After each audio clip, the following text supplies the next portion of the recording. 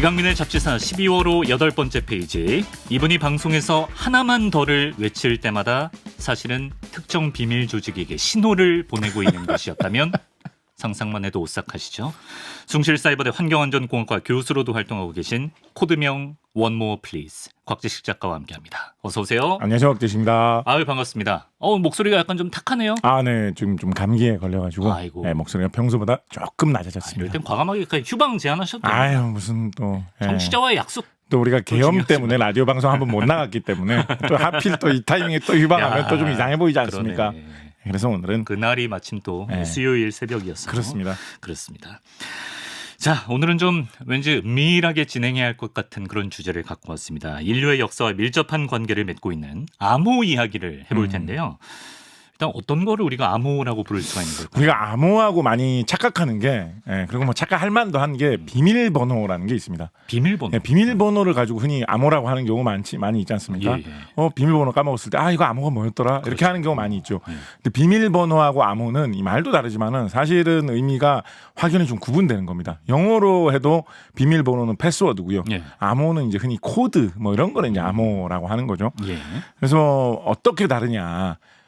비밀번호라는 거는 기본적으로 이제 뜻이 없는 것입니다. 뜻이 없는데 어떤 통과하기 위해서 확인하기 위해서 사용하는 말. 도어락 비밀번호. 그런 게 이제 비밀번호죠. 물론 뭐 비밀번호에도 굳이 뜻을 주입해 넣을 수도 있는데 예를 들어서 뭐 비밀번호를 잘 기억하기 위해서 도어락 비밀번호를 뭐 내 생일로 해놓는다 이런 거 할 수 있죠. 근데 그렇게 하지 말라고 하잖아요. 보통 그러면 이제 사람들이 유추하기 쉽다고. 그렇죠. 그래서 의미 없는 번호 그런 걸로 많이 하라고 하잖아요. 비밀번호는 그렇게 확인용으로만 쓰는 알 수 없는 말, 뜻이 없는 말을 비밀번호라고 합니다. 그리고 예로부터 내려오는 이야기 속에 있는 것 중에서도 예를 들면 그 아랍의 전설 중에 보면 열려라 참깨 이렇게 하면 문이 저절로 막 열리지 않습니까? 여기에 참깨라는 말에 아무런 의미도 없죠. 그렇게 말한다고 해서 무슨 안에 참깨가 가득 들어있는 것도 아니고 실제로 원본에서도 참깨인가요? 그렇습니다. 그래요? 뭐 오픈 세스미 뭐 이랬던가? 그건 영어군요. 아랍어로도 말이 다르겠죠. 원래 원전에서도 참깨입니다. 의미가 없네. 그래서 그 안에 뭐 참깨가 있는 것도 아니고 무슨 참깨 요정이 나타나서 열어주는 것도 아니고 뭐 참깨 모양의 무슨 열쇠를 여는 것도 아니지 않습니까? 아무 의미 없는 말이거든요. 그래서 의미가 없는 그런 거지만 어떤 확인을 위해서 통과를 위해서 사용하는 그런 말이 이제 패스워드고요. 코드, 암호라는 거는 비밀번호하고 다르게 이건 의미가 있는 겁니다. 그거를 해독하면 원래의 의미를 알아낼 수 있는데 지금 암호화된 상태로는 무슨 뜻인지 알 수 없어가지고 나의 본 뜻을 숨길 수 있는 거. 그렇죠. 이런 거를 암호라고 합니다. 예를 들면 뭐 이렇게 직장의 어떤 높은 상사가 이런 거 하면 되나? 근데 이제 우리가 만화 같은 데 많이 나오니까 그냥 이제 예시로 말씀드린 겁니다. 실제로 몸도 안 좋으신데 다 하세요. 실제로 인생을 이런 식으로 살라고 말씀드리는 게 아니고 이게 직장에 어떤 상사가 있는데 상사가 되게 막 좀 뭐랄까요 좀 문제가 많은 사람이다. 그래가지고 이제 밑에 있는 사람들끼리 다 수근수근 하는 거예요. 그런데 이제 상사 안 볼 때라도 상사 욕을 할 때 야 우리 상사 뭐 어쩌고 저쩌고 하지 않냐? 막 이렇게 말하다가 멀리서라도 귀 밝은 사람이 살짝 들으면 들킬 수 있잖아요. 그렇죠. 그러니까 예를 들어서 그 상사의 이름이나 상사의 직함을 직접 대지 않고 살짝 바꿔서 뭐 영감님 이런 식으로 부르는 거죠. 야 영감님 오늘 진짜 화난 것 같지 않냐? 영감님 화만 나면 왜 이런데? 막 이렇게 말하면 상사가 혹시 지나 들어도 야 너희들 무슨 얘기했어? 이러면 그거 뭐 우리 동네에 어떤 영감님 계신데 뭐 이런 식으로 둘러댈 수가 있잖아요. 그렇죠? 그리고 이제 그것도 한 번 더 꼬을 수도 있겠죠. 그러니까 그렇게 뭐 상사만 살짝 바꾸는 게 아니라 상사의 어떤 행동 같은 것도 말했던 이런 바꾸는 방식으로 암호화할 수 있겠죠. 예를 들면 뭐 화났다 이런 말 대신에 뭐 체온이 40도다 이런 식으로 말할 수 있겠죠. 갑자기 곽대리 찾으라 곽대리 지금 당장 달려오라고 지시 내려왔는데 당장 뛰어오라고 지시 왔어. 근데 딱 보니까 지금 가면 이 사람이 너무 화나가지고 말도 안 되는 지시를 할 것 같은 거예요. 한 시간만 어디서 버티다가 들어가면 괜찮을 것 같아요. 그럴 때 이제 곽대리한테 곽대리가 마침 딱 저기 보이는 거야. 곽대리 영감님 지금 체온 40도래 이렇게 얘기하면 곽대리가 그 뜻이구나 라고 알아가지고 잠깐만 제 지금 너무 지금 화장실 가고 싶어가지고요 라고 해갖고 한 30-40분에서 버티다가 들어오면 그새 잠시 화가 가라앉아가지고 내가 좀 아까는 너무 심한 생각을 했구나 라는 그런 이런 경험담은 아니시죠? 이런 식으로 인생을 사는 게 바람직하다는 게 아니고 그런 경우가 종종 있다. 이런 게 극적으로 좀 많이 여기저기서 나오잖아요. 그런 게 암호입니다.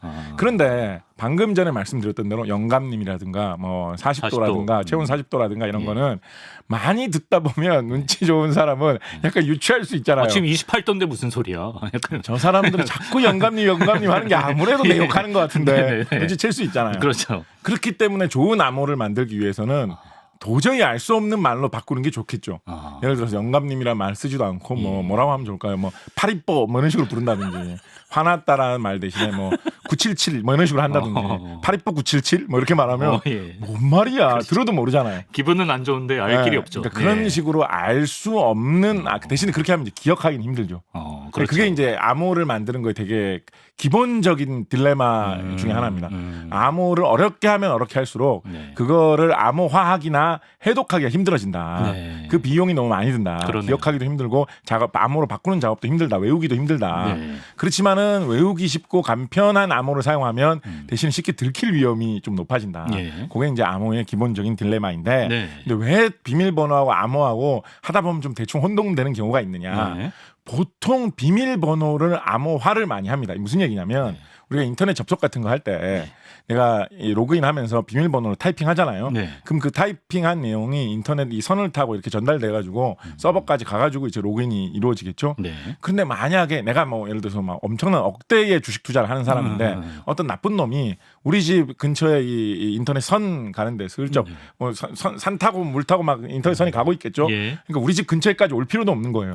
우리 집 인터넷 선이 이렇게 가가지고 저 집 인터넷 선은 북한산 쪽으로 돌아가고 나가더라. 이거만 알고 있으면 북한산에 가가지고 우리 집까지 연결된 인터넷 선이 가는 곳에다가 기계를 달고 어떤 신호가 오가는지 계속 이제 탐지를 하고 있는 거죠. 자, 주식 사이트에 한 번만 접속만 해라 하고 있을 때 내가 비밀번호 아이디 입력을 한 게 싹 지나갈 때 이 사람이 싹 들으면 요게 얘의 비밀번호하고 아이디네 알아채가지고 그 아이디로 접속해가지고 돈 다 빼낼 수 있을 거 아니에요. 그죠? 그래서 비밀번호를 보낼 때 보통 그냥 보내지 않고 암호화를 해가지고 보냅니다. 중간에서 그런 식으로 누가 가로채서 듣더라도 알아내더라도 이게 뭐야 비밀번호가 실제로 뭐를 입력해야 접속이 되는 거야. 모르게. 그래서 비밀번호가 흔히 많이 암호화가 되고 암호화를 하면서 비밀번호를 쓰는 경우도 있기 때문에 요거 기회 되면 조금 이따 말씀드릴 텐데 비밀번호가 암호가 뗄래야 뗄 수 없는 관계이기 때문에 혼돈되는 경향이 있는데 기본적으로는 두 개는 서로 다른 거다라고 말씀드리겠습니다. 좀 큰 기관 같은 데서 쓰는 암호는 어떤 사람이 어디서 만드는 건가요? 수학자들이 기본적으로 만들고요. 수학자. 암호를 이런 식으로 암호를 만들면 얼마나 이론상 풀기가 어렵겠느냐. 이런 정도로 암호를 만들면 어느 정도의 시간이 걸리면 풀 수 있겠느냐. 이런 걸 결국은 계산을 해가지고 알아내야 되기 때문에 수학을 이용을 해가지고 암호를 많이 만들고요.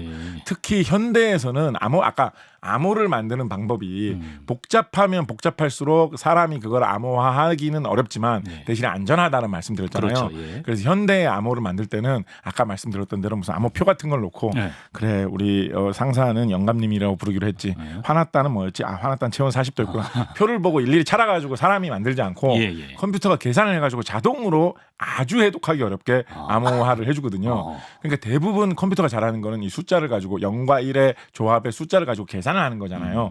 그러니까 암호를 만드는 과정도 다 숫자를 계산하는 과정으로 바꿔가지고 만드는 걸로 요즘 현대의 암호는 다 이루어지고 있거든요. 그렇다 보니까 그런 면에서도 수학자들이 이 숫자를 조작하기가 좋아가지고 수학자들이 요즘에는 암호화 작업을 굉장히 많이 하는 편이고 수학계에서 굉장히 돈이 많이 되는 영역이다. 실용적으로 뭐 어떤 판매가 잘 될 만한 분야다라고 하면 뭐 금융공학 이런 거하고 같이 대표적으로 또 손꼽히는 분야가 이 암호학입니다. 그러네요. 암호는 한번 그 파회법 같은 게 드러나면 바로 폐기해야겠네요. 그렇죠. 그런데 이제 좋은 질문 해주셨는데 아까 파회법 같은 게 나타나면 폐기하는 게 기본이기는 한데 아까 말씀드렸듯이 암호를 해독하는 방법이 하나로 고정돼 있는 경우도 있지만 이거 뭐 뒤에 나올 질문인데 그냥 말씀드린 김에 앞으로 당겨서 말씀드리면 대표적으로 2차 대전 때 독일군이 전시에 사용하던 애니그마라는 기계가 있습니다. 이미테이션 게임에서 봤어요. 그거 영화에 나오던. 그거 뭐 그다음에 뭐였더라?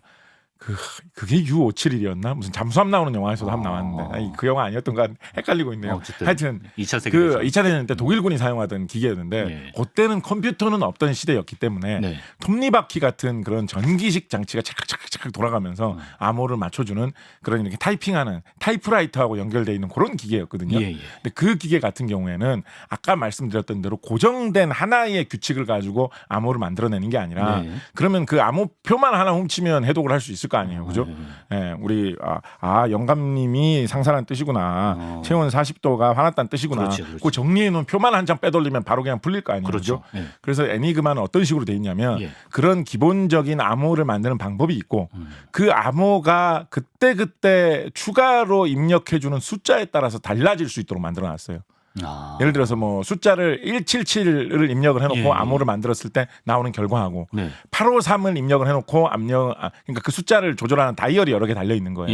예. 853으로 다이얼을 맞춰놓고 암호를 만들었을 때 나오는 결과하고 다 결과가 달라지게 돼 있는 예. 거예요. 그래서 설령 암호를 만들고 푸는 방법을 알고 있다라고 해도 네. 거기 그 숫자를 1, 2, 3으로 맞춰놓고 암호를 돌려야 되는지 853으로 맞춰놓고 암호를 돌려야 되는지에 따라서 결과가 항상 달라지게 돼 있거든요. 대단하다. 그래서 이 기계 자체만 있을 뿐만 아니라 예. 오늘의 이 말하자면 일종의 패스워드 같은 거죠. 오늘의 키워드, 패스워드 열쇠 말은 1, 2, 3이냐 853이냐 요거를 따로 서로 매일 공유를 하는 거예요. 야. 그러면 한 번 이게 탈로가 난다고 해도 하루 지나면 그 말만 하루만 지나면 그렇죠. 다시 새로 쓸 수 있는 거니까 네. 이런 식으로 돼 있기 때문에 암호화 방법이 알려져도 푸는 방법이 어느 정도 발견이 되어도 이게 그 열쇠 말까지 알려지기 전에는 완벽하게 해독이 안 되는 경우가 많이 있거든요.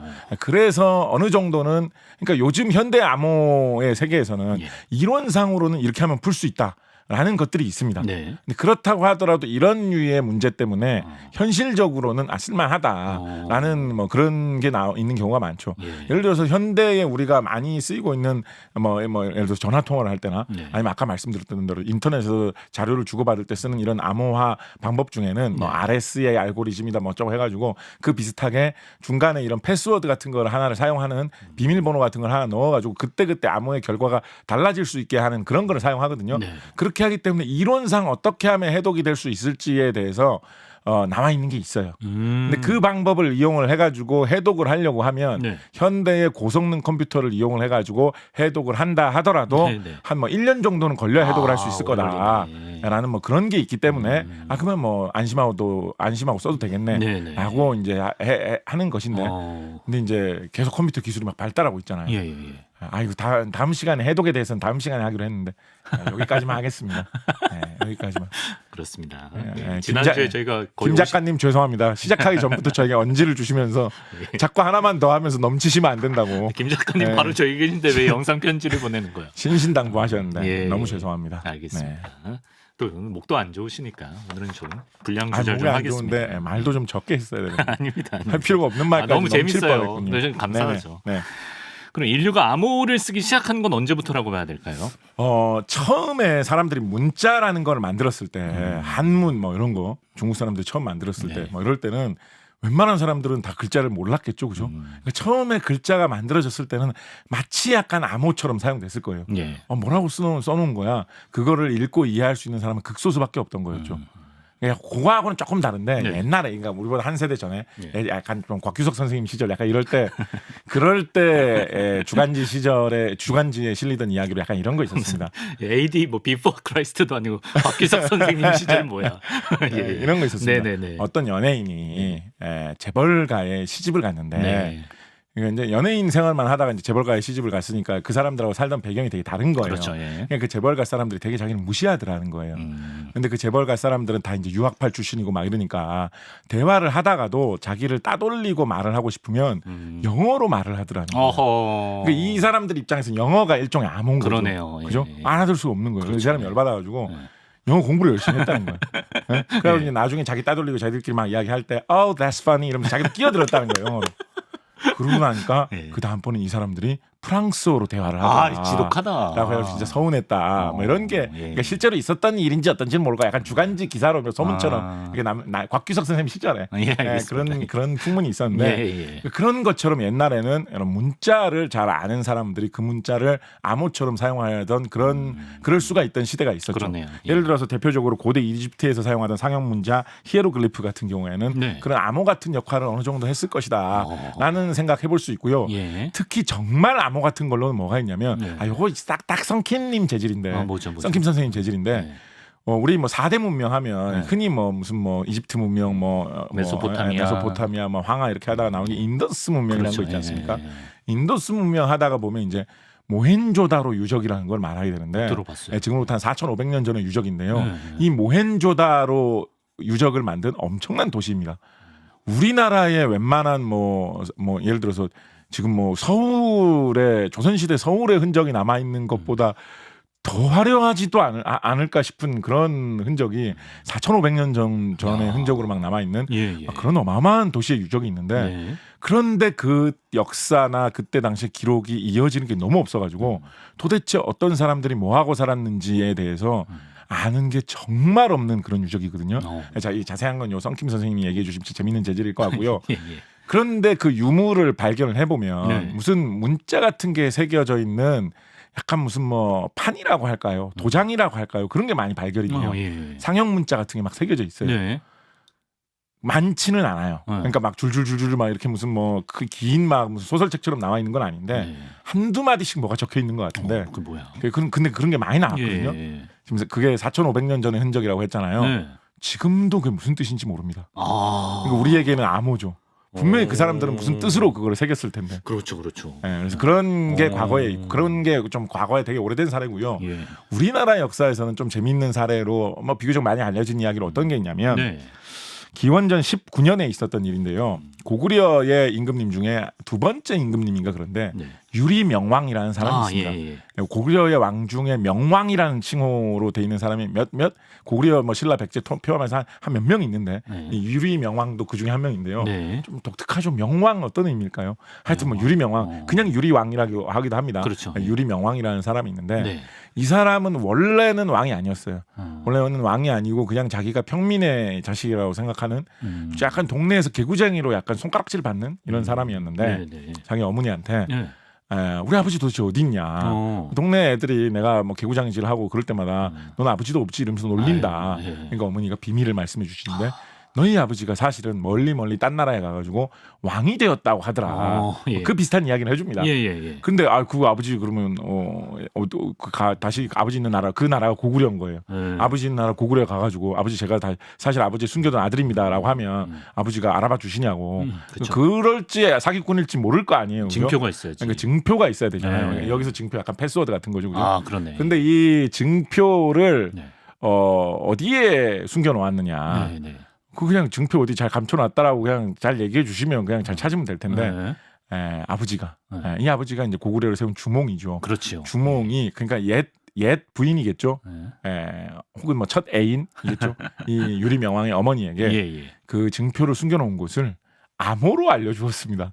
그래요? 동화에서는 암호로 뭐라고 알려준다면 그냥 어디에 있다라고 알려준 게 아니라 7모 난 돌 위에 소나무가 있는데 거기에 내가 증표를 숨겨놨다라고 알려줘요.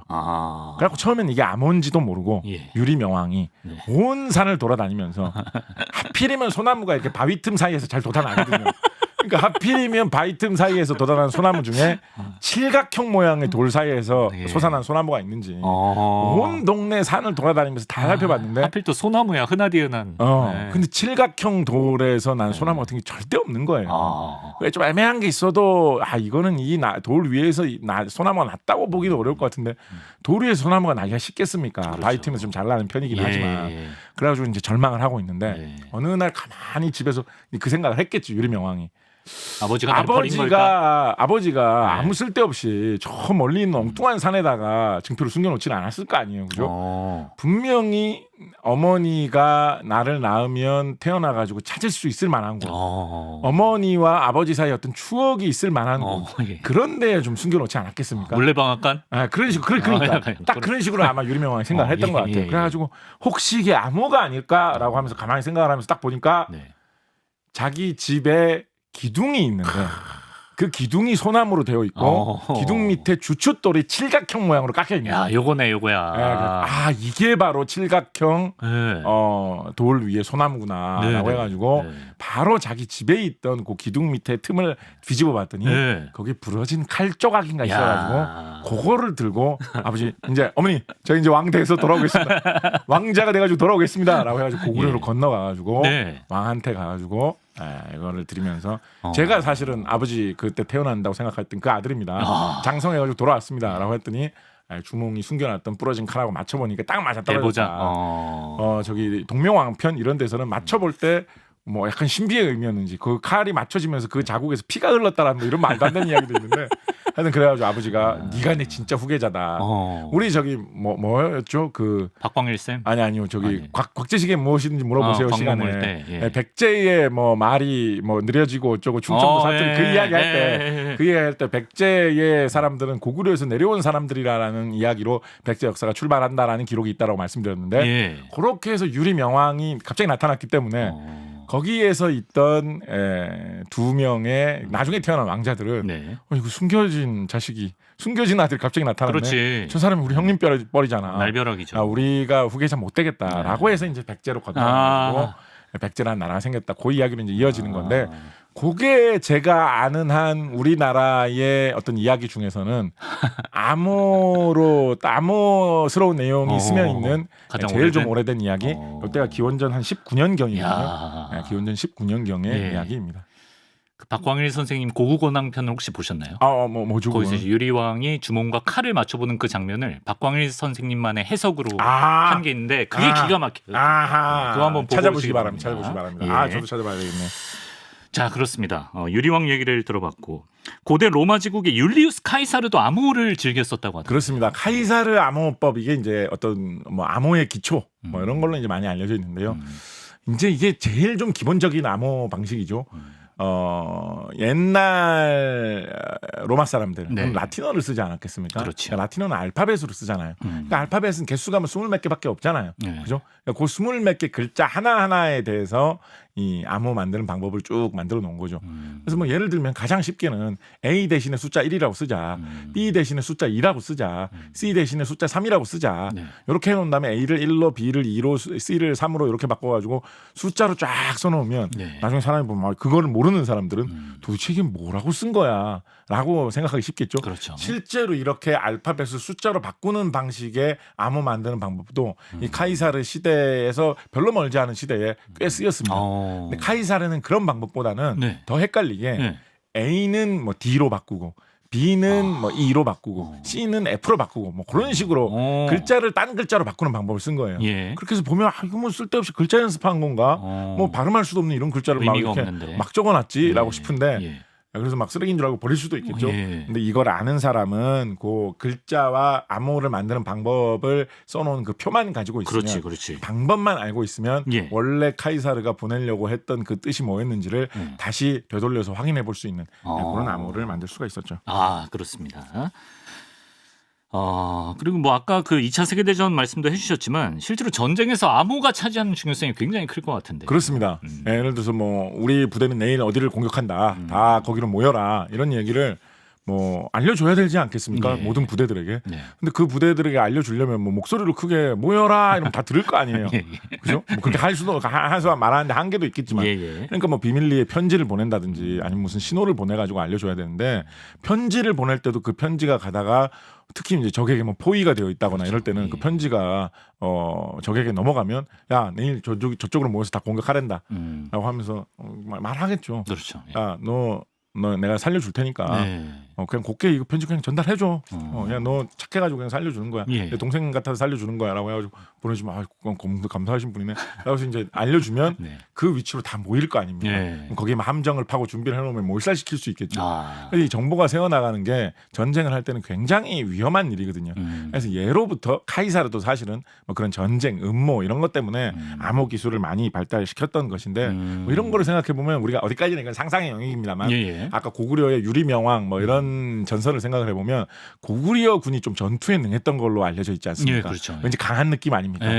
고구려 군의 전력의 비밀은 이 왕부터 임금님부터 이렇게 암호를 생활 속에서 많이 만들어서 실천한 이 암호 능력이 뛰어났기 때문이 아닐까? 뭐 이런 막연한 상상도 해볼 수가 있는데 그래서 이제 이렇게 암호가 전쟁에서도 중요하다 보니까 특히 제2차 세계대전 시절에는 전파를 이용한 통신이나 전기를 이용한 통신을 많이 했거든요. 과학이 많이 발달해서. 근데 전파를 이용한 통신이라는 거는 우리가 이 라디오를 이용해서 우리 방송이 퍼져 나가고 있는 것처럼 사람들이 안테나만 갖고 있으면 그걸 누구든지 들을 수 있는 거거든요, 사실은. 전파가 나가는데 너 쪽으로 나가지 말고 내가 원하는 사람 쪽으로만 전파가 싹 나가게 하자. 이렇게 하기는 되게 어렵거든요. 요즘에는 그렇게 하기도 합니다. 그래요? 그런 기술도 막 빈 포밍 어쩌고 그런 기술도 나와 있는데 그렇게 하기가 쉽지 않거든요. 전파는 그냥 계속 퍼져 나가거든요. 그러니까 그걸 중간에 가로채기가 되게 쉽거든요. 그래서 전파로 통신을 할 때는 이 암호화 기술이 특히 중요합니다. 이거 진짜 이거 옛날 시절인데. 그러니까 요즘에도 가끔 이제 집 전화 쓰시는 분들은 이제 무선 전화 많이 쓰실 텐데 무선 전화 같은 경우에 옛날에 쓰다 보면 가끔 가다가 우리 집 무선 전화 쓰는데 옆집에서 통화하는 거 막 잡히고 이럴 때 있었어요. 그거는 가끔 그럴 때 남방에서 엄마 전화 훔쳐들은 적은 있지만 무선 전화가 가끔 혼선이 일어나가지고 정말? 옆방이나 뭐 옆집에서 막 통화하는 게 잘못 들어가니까 초기에 들릴 때 그럴 때 있었거든요. 근데 요즘은 그런 무선 전화보다도 훨씬 더 많은 뭐 와이파이 통신, 뭐 우리 스마트폰으로 전화 이런 거 되게 많이 하는데 그런 경우가 거의 안 일어나거든요. 그것도 사실은 내부에서 암호화가 자동으로 일어나고 있기 때문입니다.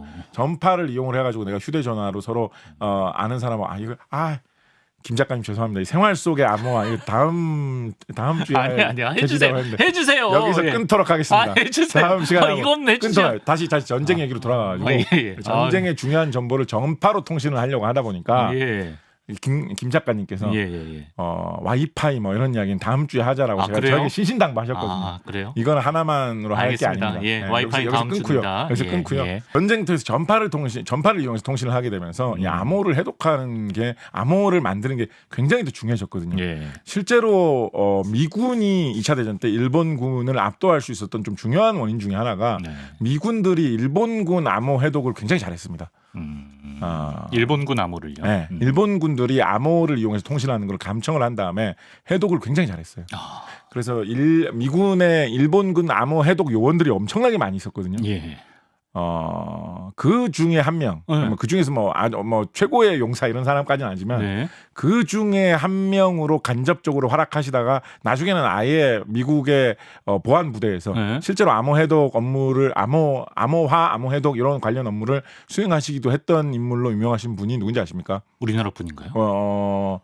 국적상으로는 뭐 미국 분이라고 할 수 있겠죠. 유명하신 분으로 도산 안창호 선생의 따님이신 안수산 여사가 있습니다. 그런 일을 하셨어요. 안수산 여사가 미군에 이제 약간 그 여성 예비군 같은 걸로 입대를 하셨는데 전쟁 중이니까 그런 실제 군사 활동도 많이 하셨거든요. 그래서 포 사격하는 거 이런 거 교관으로 활동하셨고요. 그러다가 나중에는 이제 일본어 이런 걸 아무래도 좀 아셨나 봐요.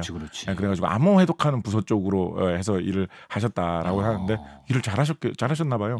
전쟁 끝난 다음에는 NSA 미국의 이런 보안 감청 관련 부서에서도 일을 하셨다 뭐 이런 이야기가 있는데 그러니까 말하자면 약간 간접적 독립운동을 하신 거죠. 약간 대를 이어서 도산 안창호 선생이 광복을 보기 전에 일본에게 잡혀가지고 뭐 고생하시고 하다가 광복 못 보고 돌아가셨거든요.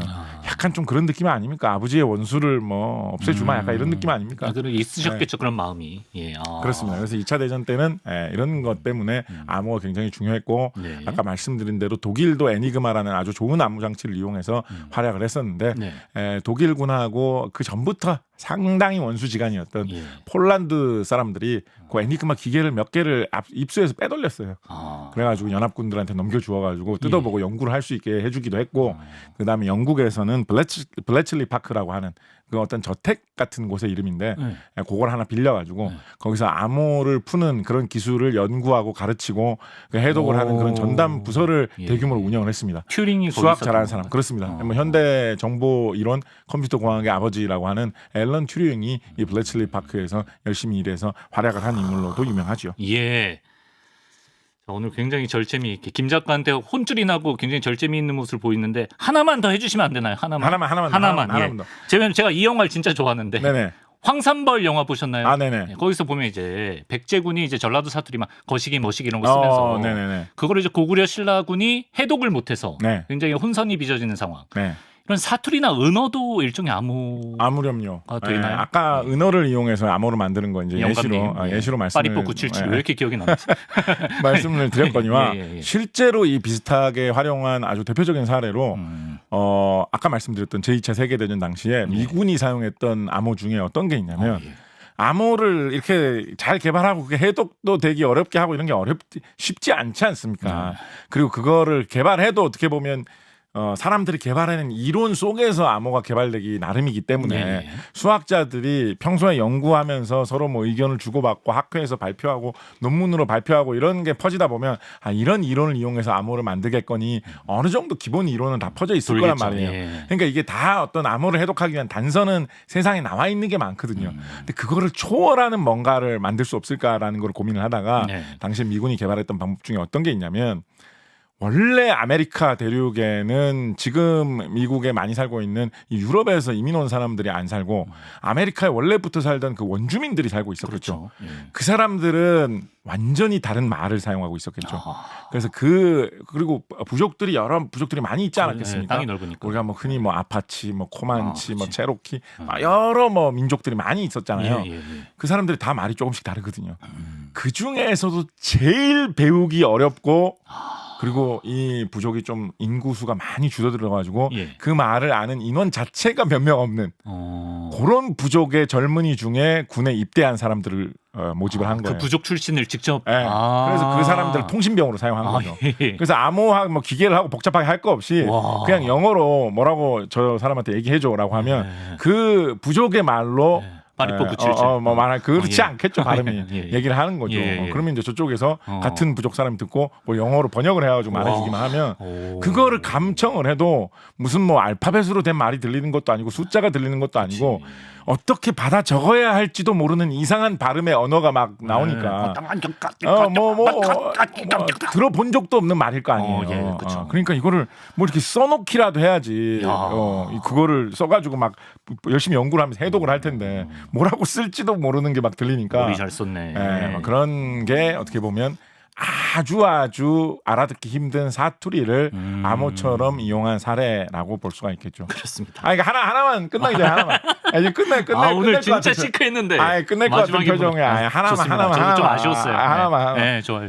약간 조금 학술적인 거 하나만 말씀드리면 암호를 만드는 방법 중에 제가 지금 하나에 좀 초점을 맞춰서 말씀을 드렸는데 지금 말씀드린 암호를 만드는 방법은 대부분 역상 저항성이라는 게 좀 적은 암호들입니다. 역상 저항성이라는 게 뭐냐면 원래 내가 하고자 하는 말을 알아보기 어려운 암호로 바꿀 수 있고 그 암호를 다시 원래의 내가 전하고자 했던 의미로 되돌릴 수 있는 이게 역상 저항성이 없는 거거든요. 그러니까 역상이라는 게 프리이미지, 원본이라는 뜻이에요. 그러니까 원본으로 돌리기 어려운 게 역상 저항성인데 역상 저항성이 사실은 가만히 생각해보면 역상 저항성이 없어야 좋겠죠. 그래야지 무슨 말을 원래 하려고 하는지 알 수가 있으니까 그죠? 그런데 암호를 만드는 상황 중에는 이거 진짜 생각하기 진짜 그런 게 왜 필요하지? 얼핏 생각하면 모를 수 있는데 역상 저항성이 굉장히 높은 암호를 만드는 경우가 있습니다.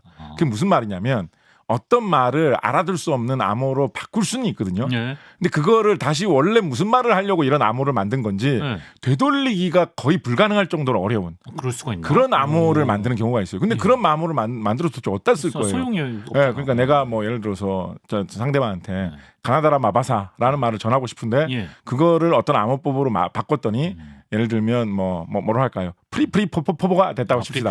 프리프리포포포. 예.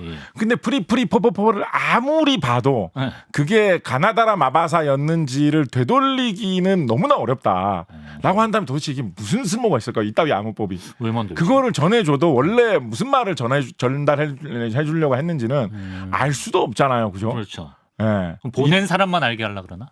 아닌가? 그 비슷하게 맞췄어요. 예. 거의 맞췄어요. 그래요? 그거예요. 어. 이걸 어디다 쓰면 이게 우리가 일상생활에서 흔히 쓰는 거예요. 이거 어디다 쓸까요? 오늘 말한 내용 중 힌트가 있어요.